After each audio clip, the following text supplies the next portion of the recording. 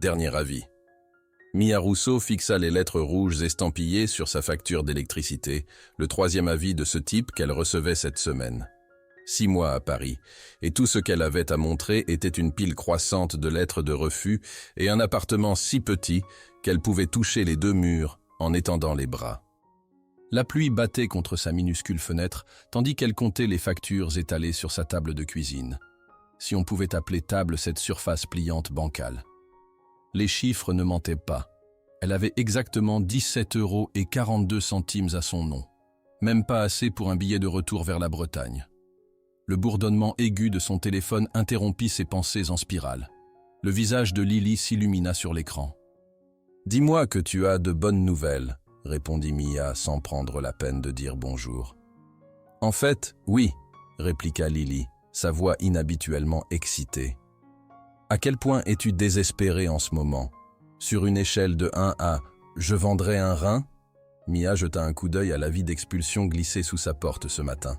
« Je suis quelque part entre « je donnerai mon plasma quotidiennement » et « je participerai à des essais médicaux douteux ». Chut, parfait, parce que j'ai quelque chose qui pourrait t'éviter de faire l'un ou l'autre. Mia se redressa, l'espoir vacillant pour la première fois depuis des semaines. Je t'écoute. Tu te souviens de ma cousine qui travaille pour cette société de soins de santé privée? Ils ont une demande inhabituelle d'un client.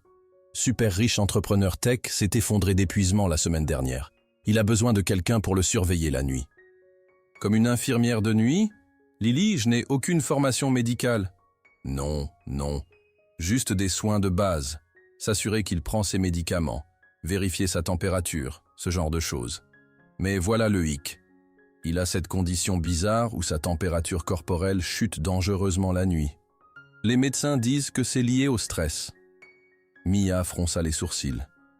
Ça semble toujours être quelque chose qu'un professionnel médical devrait gérer. Il refuse l'aide professionnelle. Typique du riche têtu. Il dit qu'il ne veut pas de personnel médical qui plane autour. Il a juste besoin de quelqu'un de discret qui peut s'assurer qu'il ne, tu sais, meurt pas dans son sommeil. Et il est prêt à payer quelqu'un sans qualification pour ça? 10 000 €. Pour 2 semaines. Mia faillit lâcher son téléphone. 10 000? Tu es sérieuse? Complètement. Et voilà le meilleur. Tu resterais dans son penthouse. Nourriture gratuite, vue magnifique, et j'ai mentionné 10 000 €? Quel est le piège? Il est genre ancien et flippant? Lily rit. En fait, il a 35 ans, et selon ma cousine, ridiculement beau, bien qu'apparemment c'est difficile à dire sous l'épuisement et la mauvaise humeur générale. Mia se mordit la lèvre, considérant l'offre. Ça semblait trop beau pour être vrai, ce qui signifiait généralement que ça l'était. Mais avec l'expulsion qui approchait et son compte en banque pratiquement en négatif, ce n'est rien d'illégal, n'est-ce pas? Ou inapproprié? Non, juste un poste de soignante légitime, bien qu'inhabituel. Il a besoin de quelqu'un la nuit, et tu as besoin d'argent. Transaction simple.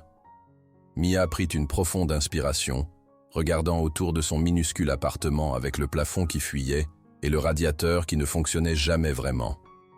Quel choix avait-elle vraiment? « Dis-moi où aller, » dit-elle finalement.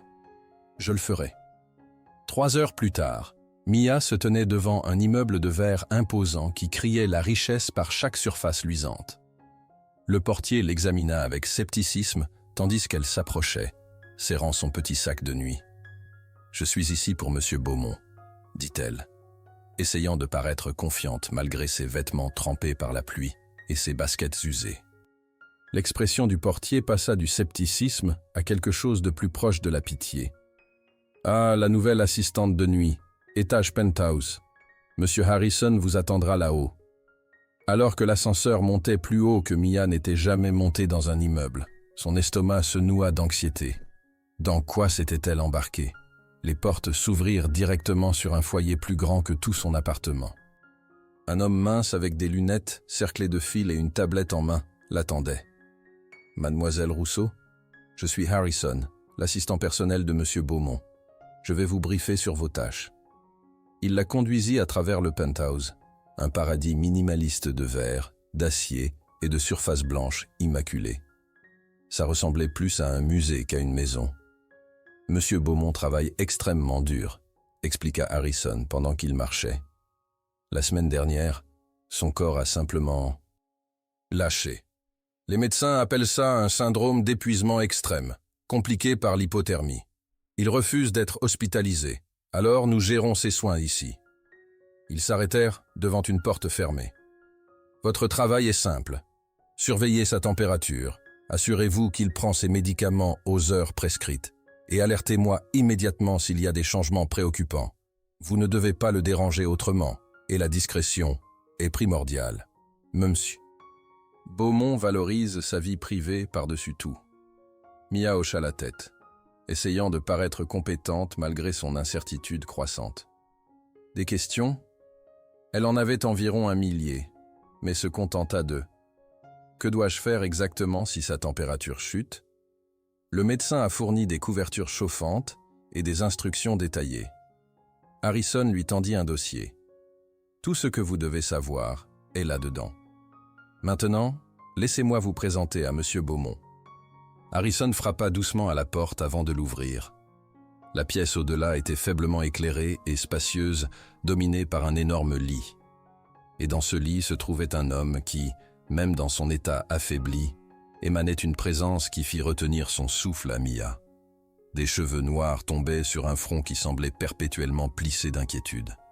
Sa mâchoire était assez tranchante pour couper du verre, bien que légèrement obscurcie par une barbe de plusieurs jours. Et bien que ses yeux soient fermés, il y avait quelque chose de frappant dans les longs cils reposant contre sa peau pâle. Il était torse nu, le drap le couvrant jusqu'à mi-poitrine, révélant des épaules plus larges qu'elle ne s'y attendait. C'était l'homme qu'elle surveillerait toute la nuit. C'était l'homme dont la vie pourrait littéralement dépendre d'elle. « Monsieur Beaumont, » dit Harrison doucement, « votre assistante de nuit est arrivée. » Les yeux de l'homme s'ouvrirent lentement, révélant des iris si intensément bleus qu'ils semblaient presque surnaturels. Ses yeux se fixèrent sur Mia avec une acuité surprenante, pour quelqu'un supposé être aux portes de la mort. « Voici la professionnelle médicale qualifiée que vous aviez promis ?» Sa voix était basse et rauque, teintée d'un scepticisme évident. Avant qu'Harrison puisse répondre, Mia fit un pas en avant. « Je suis Mia Rousseau, Monsieur Beaumont.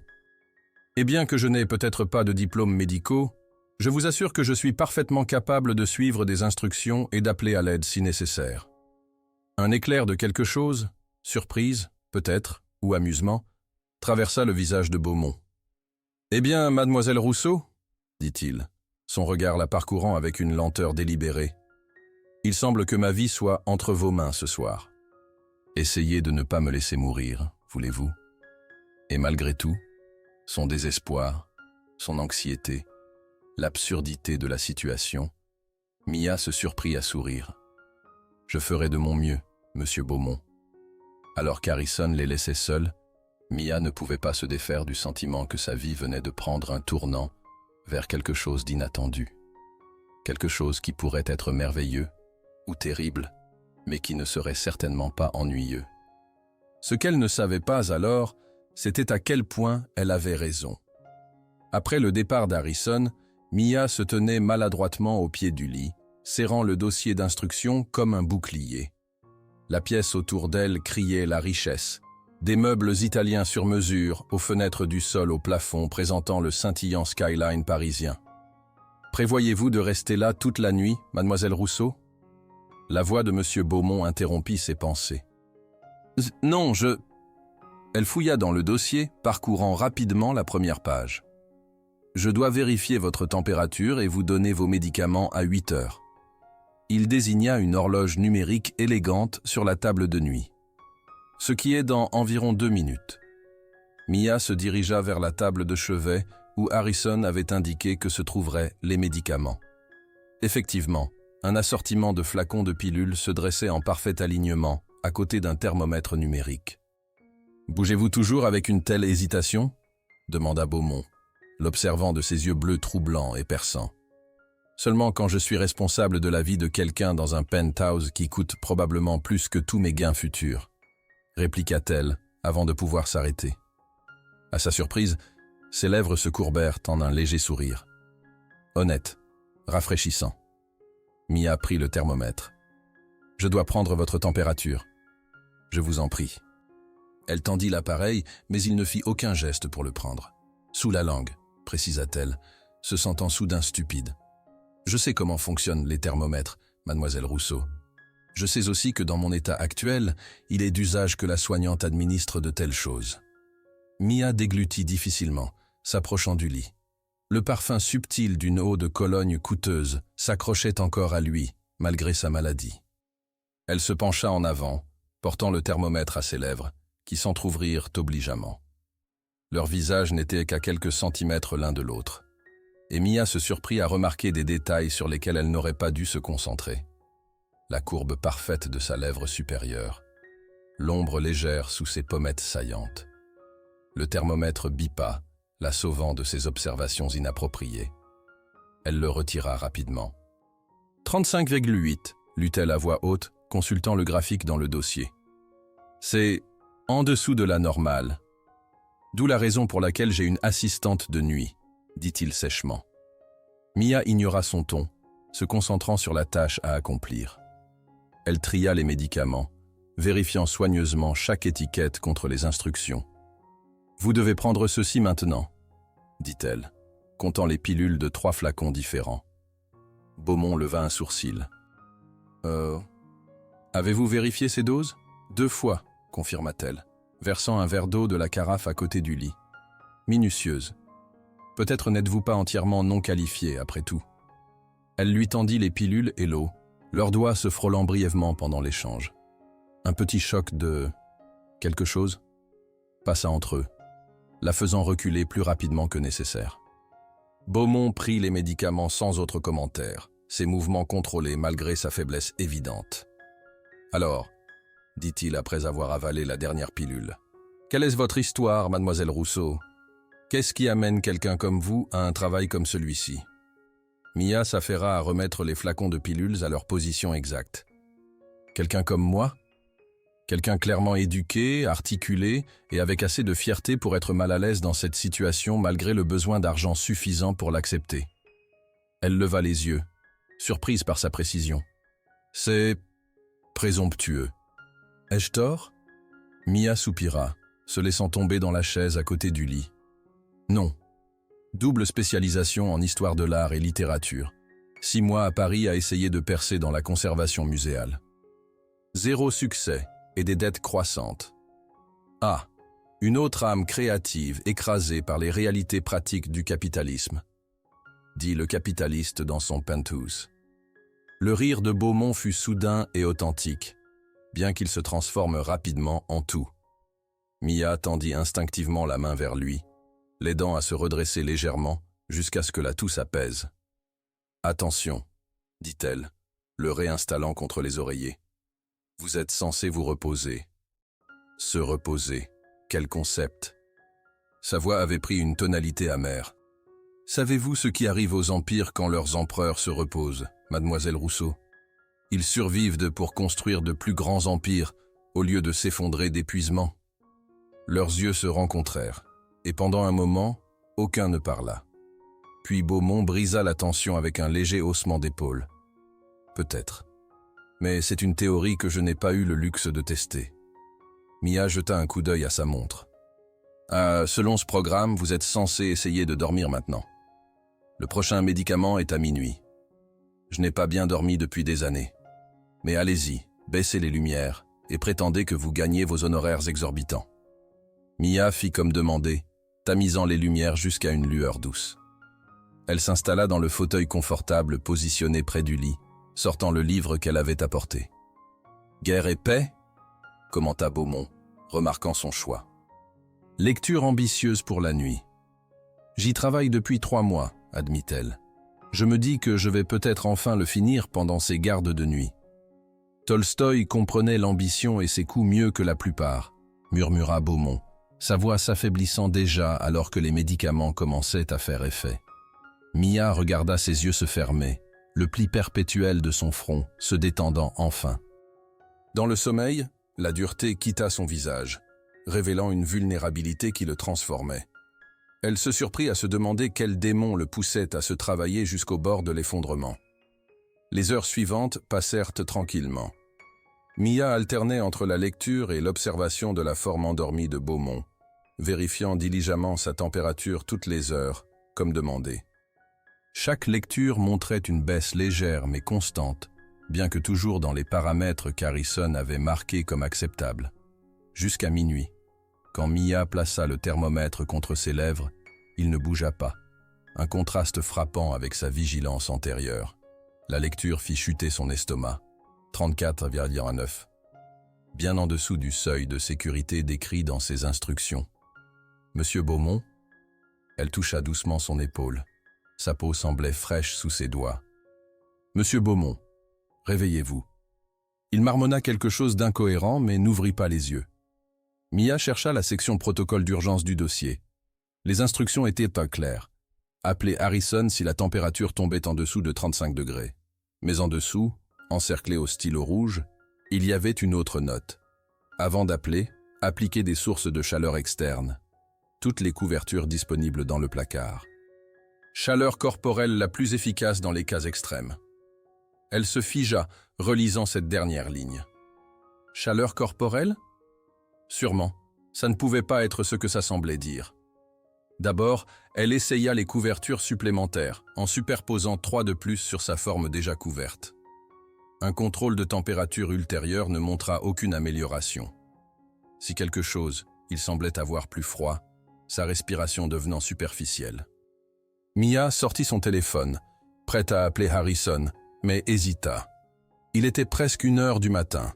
Combien de temps faudrait-il pour que l'aide arrive? Et si l'état de Beaumont s'aggravait pendant ce temps? Merde, marmonna-t-elle, posant son téléphone et fixant l'homme dans le lit. Ce n'était pas pour ça qu'elle s'était inscrite. Et pourtant, alors qu'elle regardait un tremblement le parcourir, elle sut qu'elle ne pouvait pas simplement attendre et ne rien faire. Avec une profonde inspiration, Mia enleva ses chaussures et grimpa soigneusement sur le lit à côté de lui, par-dessus les couvertures. Elle se pressa contre son côté, un bras drapé prudemment sur sa poitrine. « C'est strictement professionnel », chuchota-t-elle, plus pour elle-même que pour lui. « Et si vous me licenciez pour ça, je poursuis pour licenciement abusif. » Elle resta rigidement allongée à côté de lui pendant plusieurs minutes, hyper consciente de chaque point de contact entre eux. Graduellement, elle sentit ses tremblements s'apaiser, sa respiration devenir plus régulière. Quand elle vérifia sa température 20 minutes plus tard, elle était remontée à 35,6, toujours basse, mais plus dans la zone de danger. Le soulagement la submergea, accompagné d'une vague d'épuisement. Elle se dit qu'elle retournerait à la chaise dans quelques minutes, une fois certaine qu'il était stable. Mais la chaleur du lit, combinée à la tension émotionnelle de la soirée, s'avéra trop puissante. Sans l'intention, Mia s'endormit à côté de lui, son corps toujours courbé de manière protectrice autour du sien. Elle ne remarqua pas quand, quelque part dans l'heure la plus sombre de la nuit, les yeux de Beaumont s'ouvrirent de brièvement. Elle ne vit pas le regard de confusion, suivi de quelque chose de plus doux, qui traversa son visage alors qu'il enregistrait sa présence. Et elle ne sentit certainement pas quand sa main bougea pour couvrir la sienne là où elle reposait contre sa poitrine, avant qu'il ne retombe dans un sommeil plus profond et plus paisible qu'il n'en avait connu depuis des années. L'aube commençait tout juste à éclaircir le ciel quand Mia se réveilla en sursaut, instantanément consciente que quelque chose était différent. Le bras qui avait été drapé sur la poitrine de Beaumont était maintenant entrelacé avec le sien, leurs doigts lâchement entremêlés. Et plus alarmant, Beaumont était éveillé, ses yeux bleus intenses l'étudiant avec une expression indéchiffrable. « Bonjour, mademoiselle Rousseau », dit-il doucement. « C'est certainement un développement inattendu dans votre approche de soins. » Mia sentit la chaleur monter à son visage, alors qu'elle se dépêchait de se démêler, manquant de tomber du lit dans sa hâte. « Votre température a chuté dangereusement », expliqua-t-elle, essayant de paraître professionnelle malgré sa mortification. Le protocole disait, j'ai d'abord essayé les couvertures, mais elles ne fonctionnaient pas et... Mademoiselle Rousseau, l'interrompit-il, sa voix étonnamment douce. Mia, c'est bon. L'utilisation de son prénom arrêta son bavardage. Elle le regarda, s'attendant à de la moquerie ou de la colère, mais ne trouvant ni l'une ni l'autre. « Vous faisiez votre travail, » continua-t-il. « Assez efficacement, semble-t-il. Je n'ai pas aussi bien dormi depuis... Je ne me souviens pas depuis combien de temps. » Quelque chose dans son expression fit battre son cœur plus rapidement. Un flûter dangereux qui n'avait rien à voir avec l'inquiétude professionnelle. Avant qu'elle puisse répondre, la porte de la chambre s'ouvrit, révélant Harrison avec un plateau de petit déjeuner. L'assistant s'arrêta net à la vue de Mia debout, échevelée à côté du lit, ayant clairement juste levé de celui-ci. « Je vois que vous avez trouvé le protocole d'urgence efficace », dit Harrison après une brève pause, son ton parfaitement neutre malgré l'intimité évidente de la scène qui l'avait interrompu. « Mademoiselle Rousseau est tout à fait ingénieuse », répliqua Beaumont, ses yeux ne quittant jamais son visage. « Je crois que nous avons trouvé exactement la bonne personne pour ce poste. » Alors qu'Harrison vérifiait efficacement les signes vitaux et préparait une nouvelle série de médicaments, Mia se retira dans la salle de bain pour se recomposer. Fixant son reflet dans le miroir obscènement grand, elle prit plusieurs profondes respirations. Ce n'était qu'un travail. Un travail bien payé et temporaire. Le fait que son patient riche et irritant d'attractive se soit réveillé pour la trouver pratiquement l'embrassant et ne semblait pas s'en soucier, était irrelevant, complètement irrelevant. Alors pourquoi ne pouvait-elle pas arrêter de penser au sentiment de sa main tenant la sienne dans la nuit, ou à la douceur inattendue dans ses yeux bleus quand il avait dit son nom? « C'est un problème », chuchota-t-elle à son reflet. « Un très, très gros problème. » À la troisième nuit, Mia avait établi une routine. Elle arrivait au Penthouse précisément à 8 heures, recevait un briefing d'Harrison sur les changements dans l'état de Beaumont, puis prenait son poste dans la chambre où son patient l'attendait avec son mélange habituel de distance et d'intensité. Ce qui n'était pas devenu routinier était la façon dont son cœur s'accélérait chaque fois que ses yeux bleus se fixaient sur elle, ou comment ses pensées continuaient de dériver vers ce matin où elle s'était réveillée dans ses bras. Aucun d'eux n'en avait reparé. La deuxième nuit s'était passée sans incident, la température de Beaumont restant suffisamment stable pour que Mia puisse rester fermement dans son fauteuil. Pourtant, quelque chose avait changé entre eux, un courant de conscience qui chargeait même leurs interactions les plus banales. Ce soir, Beaumont semblait différent. Moins gardé peut-être. Il était assis, dressé contre la tête de lit, une tablette dans ses mains, malgré les instructions strictes d'Harrison d'éviter le travail. « N'avez-vous pas des médicaments à me forcer dessus ?» demanda-t-il, quand il remarqua que Mia l'observait. « Pas avant 17 minutes, » répliqua-t-elle, posant son livre. « Mais j'ai une obligation professionnelle de souligner que vous êtes censé vous reposer, pas travailler. » Les doigts de Beaumont s'immobilisèrent sur l'écran. « Et comment exactement suis-je censé me reposer quand ma société est au milieu du lancement de produits le plus important de son histoire? De la même façon que tout le monde le fait, en reconnaissant que le monde ne finira pas si vous prenez une pause de 2 semaines. » Il leva un sourcil. « La différence entre tout le monde et moi, mademoiselle Rousseau, c'est environ 7 milliards d'euros et 20 000 employés qui dépendent de mes décisions. » Mia croisa les bras. « La différence, c'est que tout le monde comprend qu'ils ne sont pas invincibles. Votre corps a déjà prouvé ce point de façon assez dramatique, ne diriez-vous pas ?» Pendant un moment, elle pensa avoir dépassé les bornes. Puis, de façon inattendue, Beaumont mit la tablette de côté. « Quel était votre rêve ?» demanda-t-il abruptement, avant que la réalité n'intervienne avec des factures impayées et des mesures désespérées. La question la prit au dépourvu. « Je voulais organiser des expositions qui rendaient l'art accessible aux gens qui pensaient que ce n'était pas pour eux, » admit-elle. « Montrer comment la littérature et l'art visuel se connectent à travers les siècles. Comment la créativité humaine est cette conversation continue qui ne finit jamais. » Quelque chose vacilla dans son expression. « C'est spécifique. J'avais tout planifié. Ma première exposition allait tracer l'influence des mythes grecs à travers l'art de la Renaissance et la littérature moderniste. » Elle haussa les épaules, se sentant soudain gênée. « Ça sonne prétentieux quand je le dis à voix haute. »« Non, dit-il doucement. Ça sonne comme de la passion. quelque chose qui vaut la peine d'être poursuivi. Leurs yeux se rencontrèrent à travers la pièce, et pendant un moment, Mia entrevit quelque chose sous sa façade, soigneusement maintenue. Une reconnaissance peut-être d'un esprit apparenté qui comprenait la motivation de créer quelque chose de significatif. « Vos médicaments », dit-elle, brisant le moment en jetant un coup d'œil à sa montre. « C'est l'heure. » Elle traversa le rituel maintenant familier de distribuer les pilules et vérifier sa température.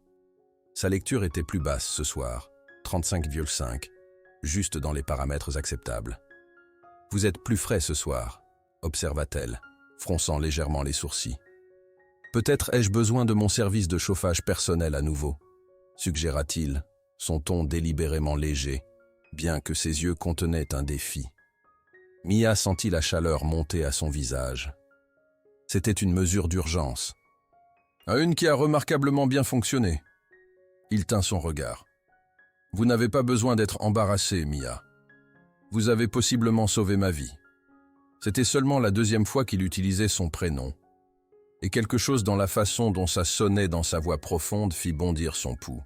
« Espérons que ça n'en arrivera pas là ce soir, » réussit-elle à dire, retraitant vers sa chaise. Beaumont sembla sur le point de dire quelque chose de plus, mais se contenta de se réinstaller contre ses oreillers avec un petit soupir.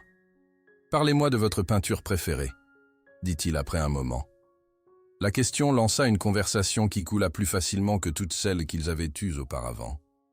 Mia décrivit son amour pour « La jeune fille à la perle » de Vermeer, tandis que Beaumont contrait avec sa préférence pour les expressionnistes abstraits.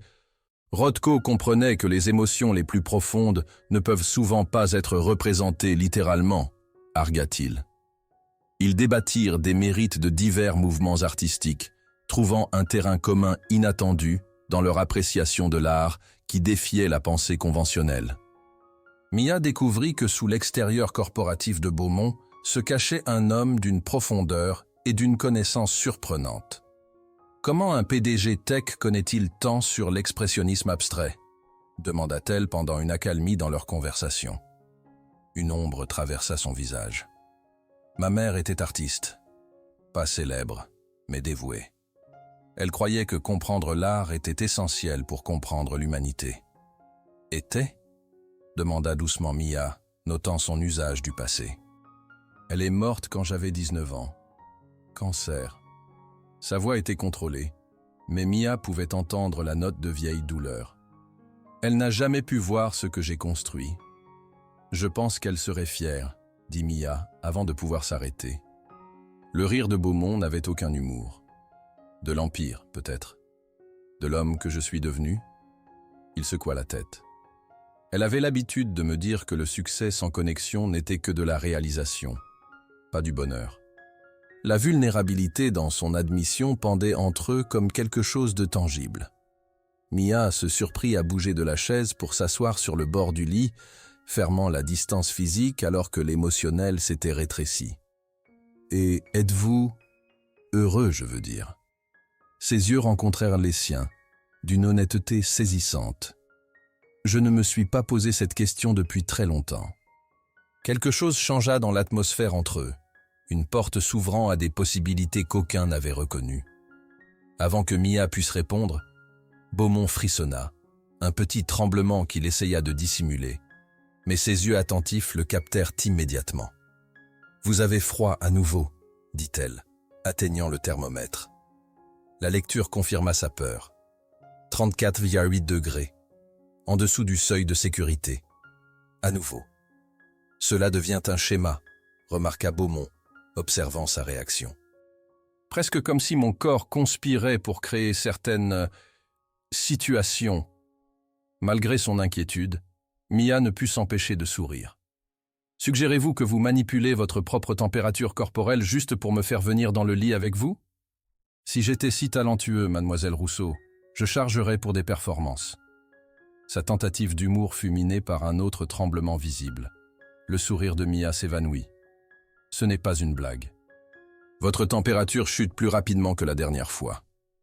Elle atteignait déjà les couvertures supplémentaires, bien qu'elle sache qu'elles ne seraient probablement pas suffisantes. Alors qu'elle superposait les couvertures sur lui, Beaumont attrapa son poignet, ses doigts frais contre sa peau. « Mia », dit-il simplement, ses yeux transmettant ce qu'il ne demanderait pas à voix haute. Avec une respiration stabilisatrice, elle hocha la tête. « Poussez-vous. » Cette fois, il n'y avait aucune prétention de distance professionnelle, aucun mensonge rigide par-dessus les couvertures.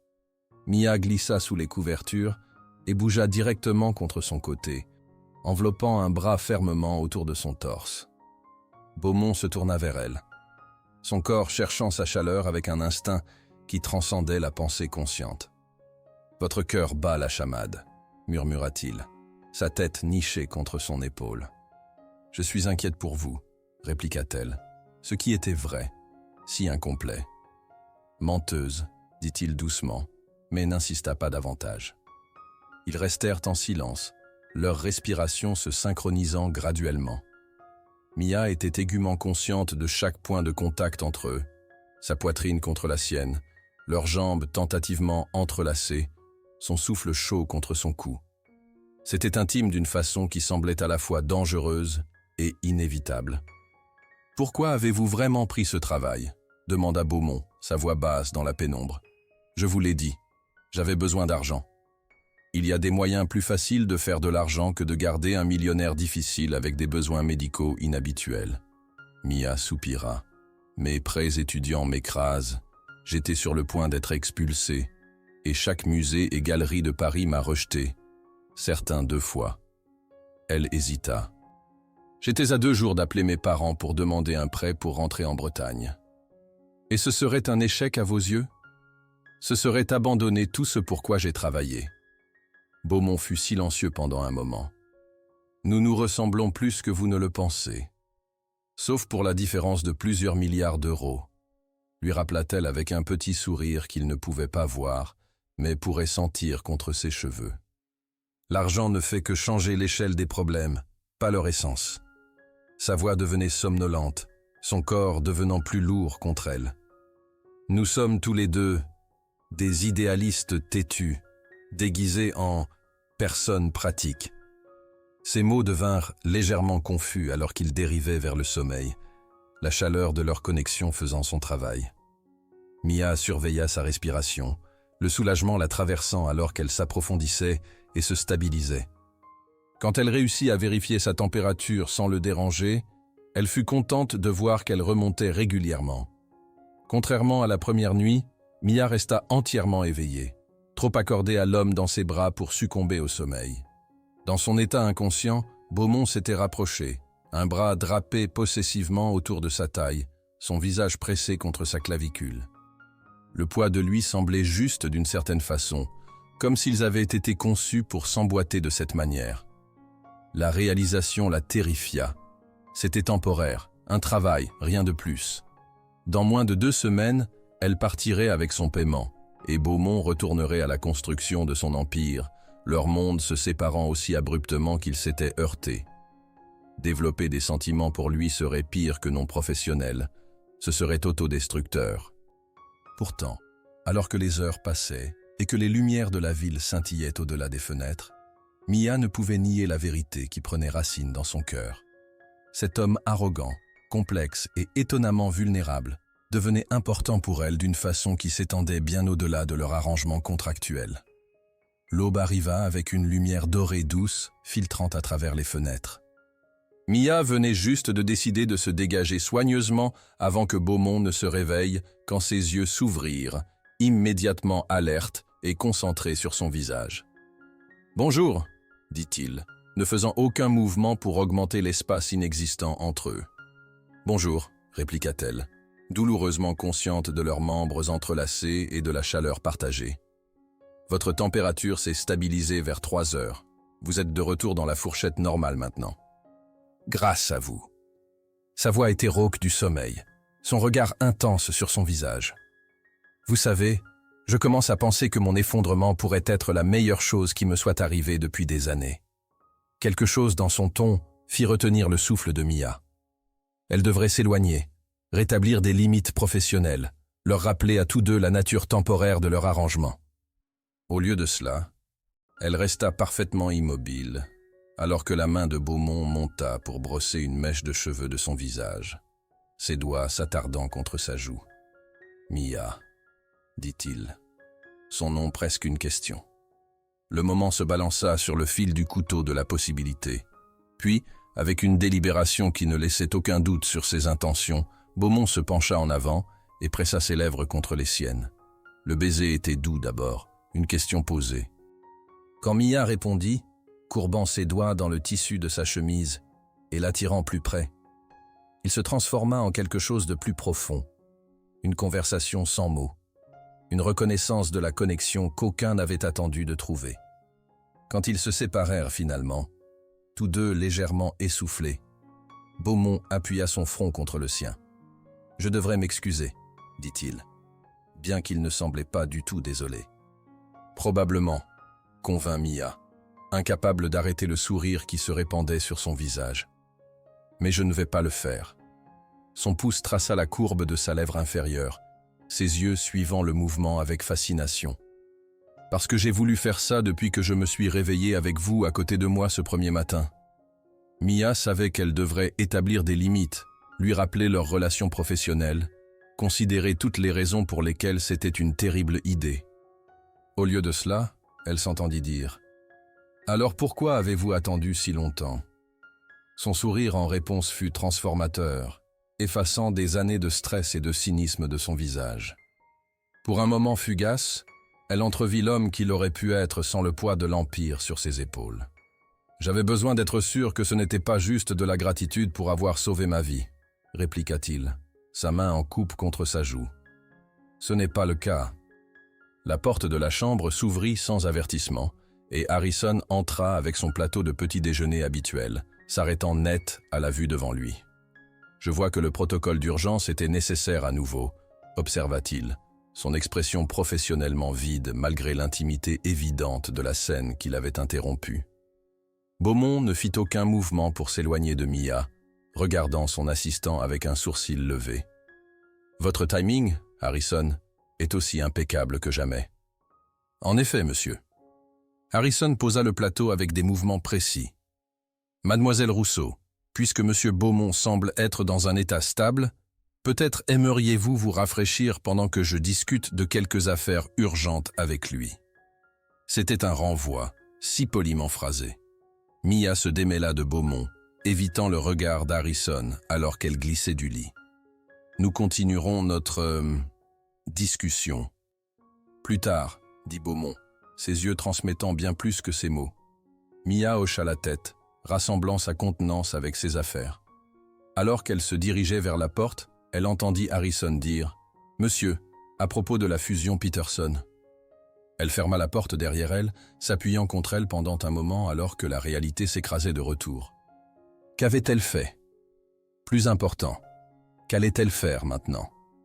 Parce que bien que réchauffer le corps de Daniel Beaumont pourrait avoir été dans sa description de poste, perdre son cœur pour lui ne l'était définitivement pas. Mia passa la journée dans un état hébété, errant dans les jardins du Luxembourg dans une tentative de clarifier sa tête. Le baiser se rejouait dans son esprit en boucle sans fin. La pression douce des lèvres de Daniel, la façon dont sa main avait bercé son visage, le regard dans ses yeux après. Ça avait semblé significatif, monumental même. Mais qu'est-ce que ça signifiait vraiment? Dans les romans d'amour, embrasser un milliardaire menait à des romances tourbillonnantes et des fins heureuses pour toujours.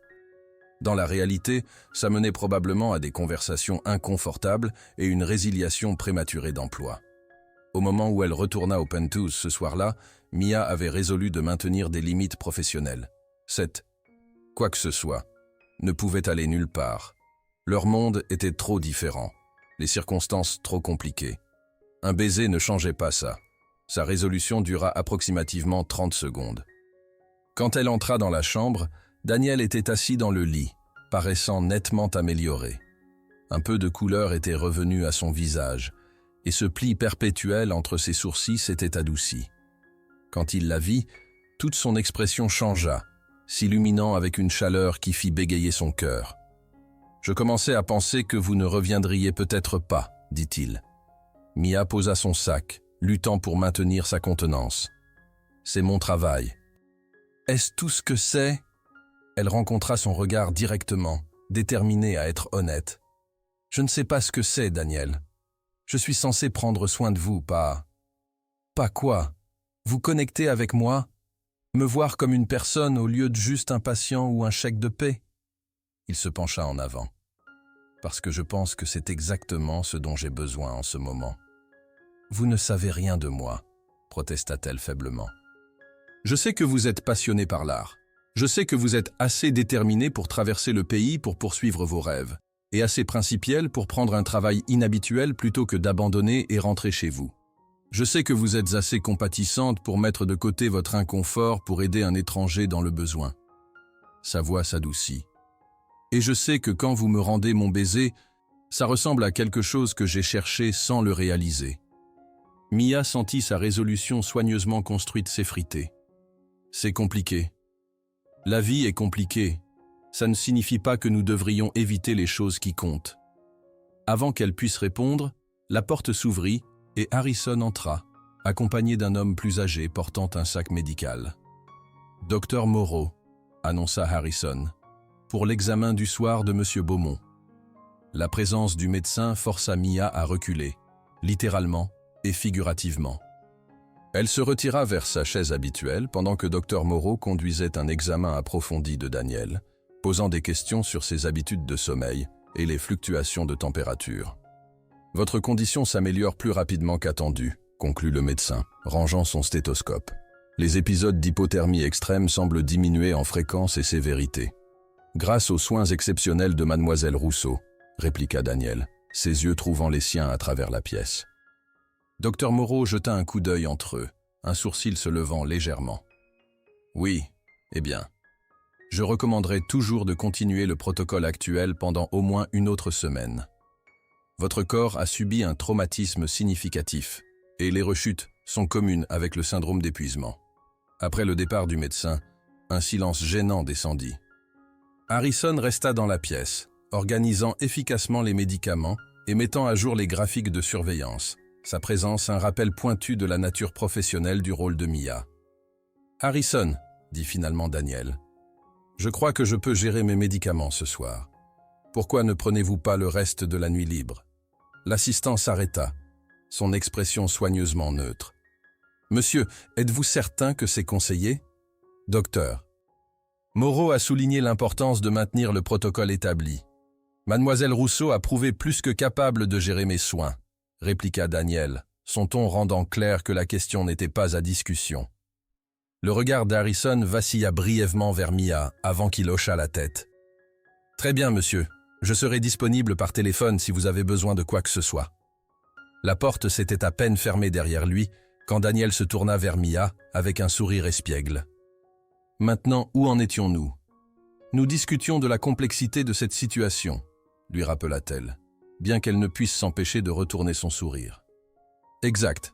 Complication. » Il tapota le bord du lit. « Venez vous asseoir. Je promets de me comporter. Surtout. » Mia hésita avant de s'exécuter, se perchant soigneusement sur le bord du matelas. « Ce matin, » commença-t-elle.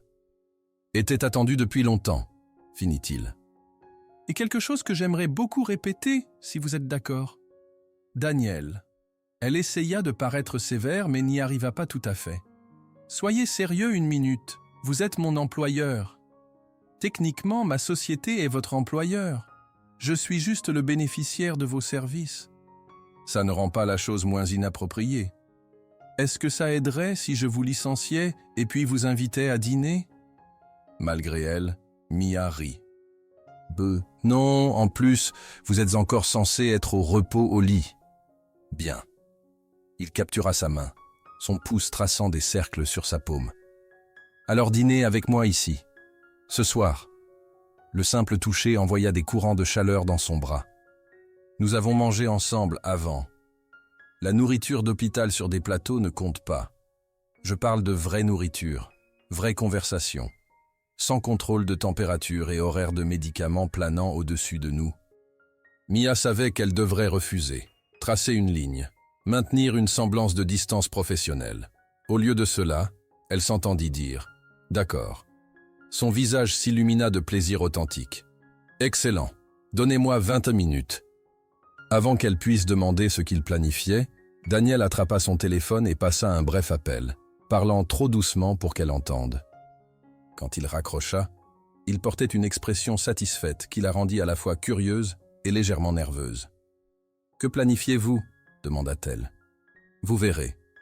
En attendant, parlez-moi plus de cette exposition que vous vouliez organiser, celle sur les mythes grecs. » Leur conversation coula facilement, sautant de l'art à la littérature à la philosophie. Daniel s'avéra être non seulement compétent, mais véritablement curieux, posant des questions qui montraient qu'il écoutait vraiment ses idées, plutôt que de simplement l'humorer. 20 minutes plus tard, précisément comme promis, l'ascenseur carillonna. Une équipe de membres du personnel émergea, transformant le penthouse en quelques minutes. Ils installèrent une table élégante près des fenêtres du sol au plafond, complète avec de la porcelaine fine, du cristal et des bougies vacillantes. Un chef suivit, roulant un chariot chargé de plats couverts qui emplirent l'air d'arômes appétissants. Mia regarda avec étonnement. « Quand vous avez dit dîner, je pensais que vous vouliez dire commander à emporter. » Daniel sourit. « Je voulais que ce soit spécial. » Avec l'efficacité d'un ballet bien répété, le personnel servit un repas de plusieurs services avant de se retirer discrètement, les laissant seuls avec le paysage urbain scintillant étalé en dessous d'eux comme un tapis d'étoiles. « Vous savez, » dit Mia, goûtant un pétoncle parfaitement préparé, « pour quelqu'un au repos médical, vous êtes très doué pour obtenir ce que vous voulez. C'est une compétence développée au fil d'années de négociations corporatives, » répliqua Daniel avec un clin d'œil. « Bien que je trouve que je suis beaucoup plus motivé quand les enjeux sont personnels plutôt que professionnels. » Alors qu'il dînait, Mia se surprit à se détendre. Les lignes entre soignante et patient, employé et employeur, se brouillant davantage avec chaque histoire partagée et regard persistant. Daniel lui parla de la construction de sa société à partir d'une start-up de dortoir à un géant technologique mondial, tandis qu'elle partageait des histoires de son enfance bretonne et son voyage dans le monde de l'art. « Pourquoi vous êtes-vous poussé jusqu'au point d'effondrement » demanda-t-elle pendant une accalmie dans la conversation. « Votre société est établie, sûrement vous pourriez déléguer davantage. » L'expression de Daniel devint sérieuse. « La vérité ?» À son hochement de tête, il continua. « Je ne sais pas comment m'arrêter. La société est devenue toute mon identité quelque part en chemin. Sans elle, je ne suis pas sûr de qui je suis. » La vulnérabilité dans son admission toucha quelque chose au profond d'elle. « Peut-être que c'est ce que votre corps essaie de vous dire, qu'il est temps de découvrir. »« Peut-être, » convint-il doucement. « Ou peut-être qu'il essayait juste de vous amener dans ma vie. » Leurs yeux se rencontrèrent à travers la lumière des bougies, et Mia sentit cette attraction maintenant familière entre eux s'intensifier. Avant qu'elle puisse répondre, cependant, Daniel frissonna. Un tremblement subtil qui aurait été imperceptible si elle ne l'avait pas observé si attentivement. « Votre température baisse à nouveau, » dit-elle, immédiatement alerte. Il essaya de balayer son inquiétude. « Ce n'est rien. Juste un frisson momentané. » Mais quand elle insista pour vérifier, le thermomètre confirma ses craintes, 35,1 et en baisse. « Tant pis pour une soirée romantique sans intervention médicale, » dit-il avec regret, alors qu'elle l'aidait à retourner au lit. « Le romantisme ne va nulle part, » l'assura-t-elle, se surprenant par son audace. « Mais votre santé passe en premier. » Cette fois, il n'y eut aucune hésitation quand elle glissa dans le lit à côté de lui, le rassemblant prêt pour partager sa chaleur. Daniel soupira avec contentement alors qu'il s'installait contre elle. « Vous savez, » murmura-t-il contre son cou, « si j'avais su que me travailler jusqu'à l'épuisement mènerait à avoir une belle femme dans mon lit chaque nuit, je me serais peut-être effondré il y a des années. » Mia rit doucement. « Si c'est votre idée d'une phrase de drague, ça a besoin de travail. Je suis un génie technologique, pas un poète. » Ses bras se resserrèrent autour d'elle. « Mais j'apprends. » Alors que la nuit s'approfondissait autour d'eux, leur conversation dériva vers un territoire plus personnel. Daniel parla de son enfance avec sa mère artiste et son père absent, de la motivation à réussir qui avait été à la fois son salut et sa chute. Mia partagea ses insécurités sur ses perspectives de carrière, sa peur que sa passion pour l'art ne soit pas suffisante pour la soutenir dans une ville aussi compétitive et chère que Paris. « Je pourrais vous aider, vous savez, » dit Daniel alors que leurs mots devenaient plus somnolents. « Un appel de moi pourrait ouvrir des portes à n'importe quelle galerie ou musée de la ville. Mia se raidit légèrement. Je ne veux pas ce genre d'aide. Fierté? Respect de soi? J'ai besoin de gagner ma place basée sur mes idées et capacités, pas les connexions. Il fut silencieux pendant un moment. J'admire ça. Bien que ça ne m'empêche pas de vouloir rendre les choses plus faciles pour vous. Certaines choses ne devraient pas être faciles, répliqua-t-elle doucement. La lutte fait partie de ce qui rend la réalisation significative. Sage parole de quelqu'un de si jeune. J'ai 28 ans, pas vraiment une enfant. Ancien, convint-il avec un sourire qu'elle pouvait sentir contre sa peau. J'ai 35 ans allant sur 90, si mon corps est une indication. Ils tombèrent dans un silence confortable, la respiration de Daniel s'approfondissant graduellement, alors qu'il dérivait vers le sommeil. Mia se surprit à étudier son visage dans la lumière tamisée, la mâchoire forte, adoucie par une barbe sombre, les longs cils reposant contre ses joues, la bouche qu'il avait embrassée avec une tendresse si inattendue ce matin. Elle était en territoire dangereux, tombant pour un homme dont la vie existait dans une stratosphère complètement différente de la sienne. Quand ce travail prendrait fin, comme il le ferait inévitablement, elle retournerait à son existence difficile, tandis qu'il resterait dans son palais Penthouse, dirigeant son empire. Quelle que soit la connexion qu'ils avaient trouvée dans ces nuits étranges et intimes, se fanerait probablement dans la lumière dure de leurs différentes réalités.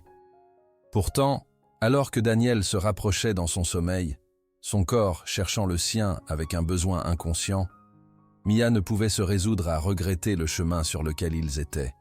Quoi qu'il arrive quand cet intermède prendrait fin, ces moments, sa vulnérabilité, sa chaleur, la façon dont il la regardait comme si elle était précieuse, ceux étaient réels et ils comptaient.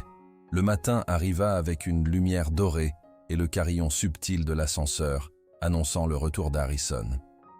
Mia avait eu l'intention de quitter le lit de Daniel avant l'aube, mais d'une façon ou d'une autre, ils avaient tous deux dormi profondément toute la nuit, leur corps restant entrelacés jusqu'à l'arrivée de l'assistant qui les réveilla en sursaut. Harrison prit en compte la scène, la literie froissée, leur apparence clairement ébouriffée par le sommeil, les restes de leur dîner aux chandelles encore visibles près de la fenêtre, avec une expression soigneusement vide. « Monsieur Beaumont, vous avez une vidéoconférence avec le bureau de Tokyo dans 1 heure, annonça-t-il, posant le plateau de petit déjeuner. Et Madame Winters a appelé. Votre sœur est arrivée à Paris hier soir et planifie de visiter cet après-midi. Daniel, qui avait paresseusement caressé le bras de Mia sous les couvertures, se figea. Rebecca est ici? Pourquoi n'en ai-je pas été informé? Vous m'avez demandé de ne pas vous déranger avec des affaires professionnelles ou personnelles hier soir, lui rappela Harrison. Votre sœur était très insistante pour vous voir, étant donné votre condition. Un regard de quelque chose proche de la panique traversa le visage de Daniel. Reportez l'appel de Tokyo. Et préparez la chambre d'amis pour ma sœur. Je suppose qu'elle voudra rester ici. Alors qu'Harrison hochait la tête et se retirait, Mia s'éloigna de Daniel, se sentant soudain l'impropriété de leur position. Je devrais partir. Vous avez des choses à gérer. Daniel attrapa sa main. Mia, attendez. À propos de ma sœur. Vous ne me devez aucune explication, l'interrompit-elle, glissant du lit et rassemblant ses affaires. C'est votre maison, votre vie. Je suis juste temporaire. Est-ce que c'est ce que vous pensez que c'est, temporaire? La blessure dans sa voix la fit lever les yeux. N'est-ce pas? Dans 1 semaine, vous serez rétabli et je retournerai à ma vraie vie. Chassez les emplois et évitez les avis d'expulsion. Nous savons tous les deux comment ça se termine. Ça n'a pas à être ainsi. Daniel s'assit, son expression sérieuse. Ce que nous avons, ce que nous construisons, ça n'a pas à finir avec votre contrat. Mia sentit une montée de quelque chose entre l'espoir et la terreur. Daniel, nous nous connaissons à peine. Alors, donnez-nous le temps de changer ça. Restez. Non pas comme mon infirmière ou employée, mais comme quoi que ce soit qui devient entre nous. L'honnêteté brute dans sa voix fit mal à son cœur. Avant qu'elle puisse répondre, cependant, Harrison revint. « Monsieur, la voiture de votre sœur vient de passer la sécurité en bas. Elle sera ici dans quelques minutes. » Daniel jura sous son souffle. « Elle est en avance. Bien sûr qu'elle est en avance. Il se tourna vers Mia, son expression conflictuelle. J'ai besoin de gérer ça. Rebecca est compliquée. Pouvons-nous parler plus tard, s'il vous plaît? L'urgence dans sa demande laissait peu de place au refus. Mia hocha la tête, rassemblant sa contenance restante avec ses affaires. Ce soir, convint-elle. Nous parlerons ce soir. Alors qu'elle se glissait hors de la chambre, se dirigeant vers l'ascenseur de service qu'Harrison lui avait discrètement indiqué, Mia ne pouvait secouer le sentiment que quelque chose de fondamental avait changé. Daniel voulait plus, quelque chose au-delà de leur arrangement temporaire, au-delà de l'étrange intimité forcée sur eux par les circonstances. La question était, le voulait-elle? Et si elle le voulait, qu'est-ce que ça lui coûterait? Avec son esprit tourbillonnant de questions sans réponse, Mia entra dans l'ascenseur, les portes se fermant sur le penthouse et sur Daniel, alors que l'ascenseur principal carillonnait, annonçant l'arrivée de la sœur dont la présence l'avait si clairement perturbé. Quelle que soit la connexion fragile qu'ils avaient été en train de construire, semblait soudain beaucoup plus compliquée qu'aucun d'eux ne l'avait anticipé. Continue avec le reste de l'histoire adaptée en français. F.